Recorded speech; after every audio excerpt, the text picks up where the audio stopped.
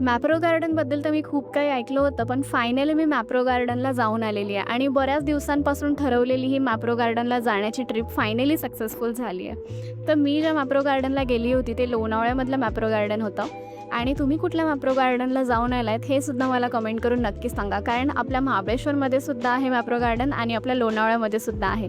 तर तुम्ही कुठल्या मॅप्रो गार्डनला जाऊन आलात हे मला कमेंट करून नक्की सांगा. मॅप्रो गार्डन फक्त स्ट्रॉबेरी प्रॉडक्टसाठी फेमस नसून तिकडे varieties of food items, chocolates, pizzas, sandwiches यासाठी प्रसिद्ध आहे. आणि ह्या व्हिडिओमध्ये तुम्हाला तर ह्याची संपूर्ण माहिती कळेलच. परत प्रवास कसा केला हे सुद्धा मी माझा पर्सनल एक्सपिरियन्स तुम्हाला शेअर करेनच. त्यासाठी व्हिडिओ शेवटपर्यंत बघायला अजिबात विसरू नका. चला तर मग व्हिडिओला सुरुवात करूया. लोणावळ्यामध्ये असलेलं हे मॅप्रो गार्डन मुंबईपासून साधारण 80 ते 90 किलोमीटर अंतरावरती आहे आणि हे लोणावळ्यामधलं एक पॉप्युलर टुरिस्ट प्लेस आहे. आणि इथे तुम्हाला variety of food items, chocolates, juices, sandwiches, pizzas आणि खास करून स्ट्रॉबेरी प्रोडक्ट्स मिळतात. आणि इकडची जागा खूप सुंदर, क्लीन आणि फॅमिली फ्रेंडली आहे. आणि हो, पेट फ्रेंडलीसुद्धा. आणि फोटो काढण्यासाठी तर अगदी उत्तम. आणि एन्जॉय करायला हे एक परफेक्ट प्लेस आहे. जर तुम्ही मुंबईजवळ short trip, one day return plan करत असाल, वीकेंडचं आउटिंग प्लॅन करत असाल तर लोणावळ्यामध्ये मॅप्रो गार्डनला नक्की एकदा व्हिजिट करा. मॅप्रो गार्डनमध्ये एंट्री केल्यानंतर सगळ्यात अगोदर गाडी पार्क केली आणि ती म्हणजे फ्री पार्किंग होती. तिकडे फ्री पार्किंग आहे. तर गाडी पार्क केल्यानंतर आतमध्ये जेव्हा गेले तेव्हा त्यांचं फूड मॉल दिसला. मग फूड मॉलमध्ये गेल्यानंतर सर्वात अगोदर लक्ष गेलं ते म्हणजे फेलेरो रेनकडे. तिकडे फेलेरो रेनमध्ये वरतून असे चॉकलेट्स पडतात फेलेरोचे आणि ते आपल्या आपल्या कपड्यांमध्ये आपल्याला जमा करायचे असतात. जितके जास्त चॉकलेट्स आपल्याला आपल्या कपड्यांमध्ये जमा करता येतील ते जेवढे पण जमा झालेले चॉकलेट्स असतात ते आपल्याला मिळतात.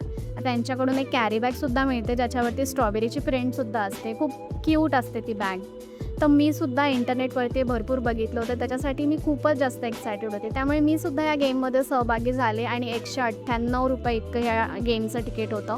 आणि मी सुद्धा माझ्या फ्रॉकमध्ये चॉकलेट्स जमा केले. आणि गंमत म्हणजे काय, मी बघितलं तिकडची जी लहान मुलं आहेत ना ती खेळायला येतात ना तर त्यांना ना मोठे ओव्हरसाईज टी शर्ट वेअर करायला देतात त्यांचे घरचे. आणि मी बरेच असे मुलांना पाहिले की ज्यांना ओव्हरसाईज टी शर्ट असे वेअर करून येतात आणि असे आपल्या कपड्यांमध्ये चॉकलेट जमा करतात. तर तुम्हालासुद्धा हा गेम खेळायला आवडेल का? आणि नेक्स्ट टाईम तुम्हीसुद्धा जर का मॅप्रोला फर्स्ट टाईम व्हिजिट करत असणार ना तर नक्की तुम्हाला गेम खेळायचा असेल तर ओव्हरसाईज टी शर्ट वेअर करा या तर असं घेरवाले कपडे घाला.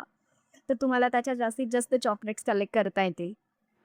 फेलेरो रेनचं माझं गेम खेळून झाल्यानंतर मी गेले दुसऱ्या स्टॉलवरती आणि त्या दुसऱ्या स्टॉलवरती पण असा सेम गेम होता पण थोडासा वेगळा होता आणि हा लहान मुलांसाठी आहे. तर तिकडे भरपूर सारे असे फेलेरो चॉकलेट्स असतात बॉक्समध्ये आतमध्ये आणि ते लहान मुलांना ना क्लॉ मशीनसारखं आतमध्ये सोडतात आणि त्यांना ते चॉकलेट्स जमा करायचे असतात. जितके चॉकलेट्स ते जमा करतात ना तर तेवढे चॉकलेट्स ते त्यांचे होतात. तर असा हा गेम आहे. मॅप्रोमध्ये गेल्यावरती मला सगळ्यात जास्त मजा कशात आली आहे माहिती आहे? तिथल्या चालू असलेल्या फ्री सॅम्पलिंग्समध्ये. खरंच मी एक्सपेक्ट पण केलं नव्हतं की इतक्या साऱ्या गोष्टी टेस्ट करायला मिळतील. आणि जिथे बघावं तिथे वेगळं काउंटर्स होते आणि प्रत्येक ठिकाणी काही ना काही नवीन प्रोडक्ट्स ट्राय करायला मिळत होते. आणि बघावं तिथे ज्या त्या काउंटर्सवरती ना खूप गर्दी होती. आणि मी तिथे खाकरासुद्धा ट्राय केला, घी खाकरा ट्राय केला, चीज खाकरासुद्धा ट्राय केला, प्लेन खाकरासुद्धा होता. आणि त्यानंतर पान चॉकलेट, बदाम चॉकलेट, पुन्हा मग क्रश आणि ज्युसेसमध्ये पण खूप साऱ्या व्हरायटीज होत्या. मग नंतर मसाला चॉकलेटसुद्धा ट्राय केलं, ज्याच्यामध्ये ते एक चॉकलेट देतात, असं लाँग स्ट्रिप असते त्याची आणि ती आपल्याला ना मसाल्यामध्ये डीप करून खायची असते. त्या काउंटरवरती सुद्धा खूप गर्दी होती आणि लहान मुलांची तर खूप जास्त गर्दी असते. मी सुद्धा हे ट्राय केलं आणि अजून बऱ्याच कितीतरी गोष्टी मी ट्राय केल्या.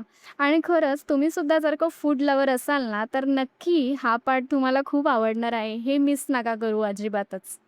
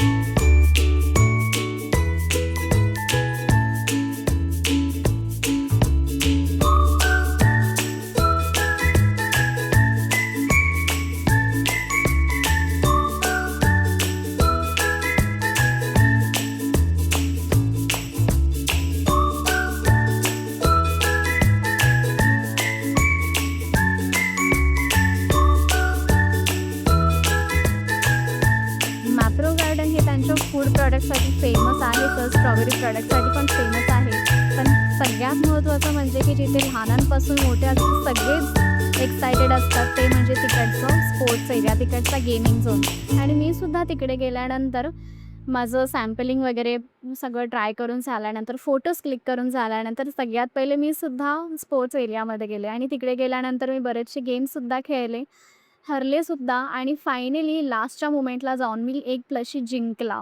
आणि तो म्हणजे गेम होता की ना असे 3 ब्लॉक्स होते आणि त्यातले तिन्हीच्या तिन्ही ब्लॉक्स आहेत ना आपल्याला अ, टेबलच्या खाली पाडायचे होते आणि ते आपल्याला एक बॉल देतात. त्या बॉलनी आपल्याला त्या फोकस करायचा असतो एकदम बेसला. असं मारायचं असतं की जेणेकरून ते तिन्ही ब्लॉक्स आहेत ना एकाच वेळेस खाली पडतील आणि एक चान्स होता ₹150 ला. तर हा गेम मी खेळले होते आणि फायनली ह्याच्यात जिंकलेसुद्धा आहे.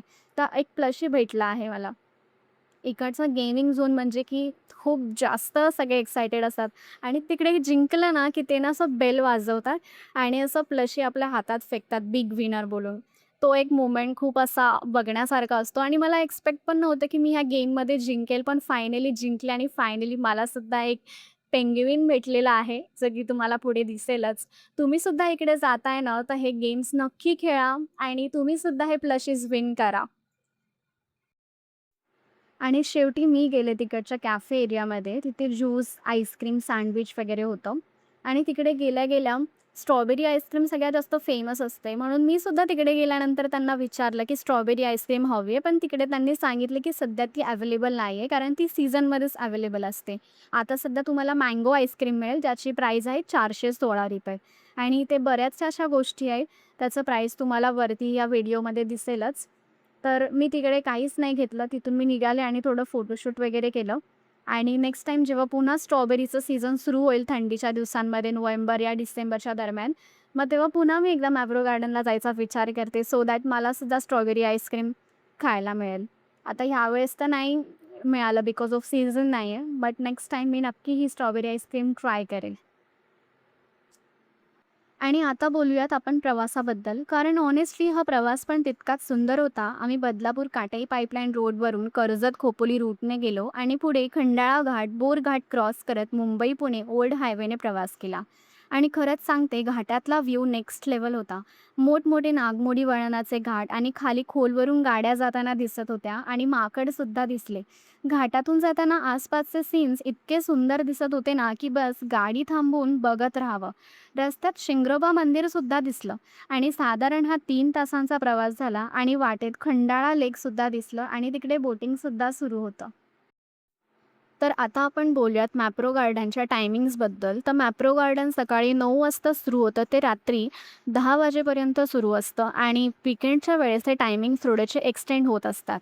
आणि तुम्हाला सुद्धा जर का मॅप्रो गार्डनला यायचं आहे, तर तुम्हाला ट्रेनने यायचं असेल, तर तुम्ही कसं येऊ शकता?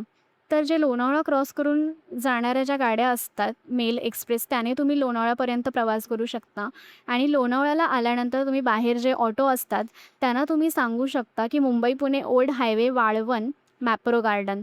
त्यांना तुम्ही सांगू शकता आणि लोणावळ्यापासून मॅप्रो गार्डन हे 2 ते 3 किलोमीटर अंतरावरती आहे. त्याच्यामुळे तुम्ही ऑटो करून येऊ शकता आणि ₹100 ते ₹150 ऑटो तुमच्याकडून चार्ज घेईल आणि ही माहिती मी तुम्हाला इंटरनेटवरून सांगते आहे. जितकी माहिती मला इंटरनेटवरून मिळाली आहे, ती माहिती मी तुम्हाला सांगते. कारण मी प्रवास केला होता, तो म्हणजे बाईकने प्रवास केला होता. तर तुम्हाला ट्रेनने कसं यायचं हे तर मी तुम्हाला सांगितलं आहे. बाकी तुम्हाला हा व्हिडिओ कसा वाटला हे मला कमेंट करून नक्की सांगा आणि चॅनलला सबस्क्राईब नसेल केलं तर आत्ताच चॅनलला सबस्क्राईब करा.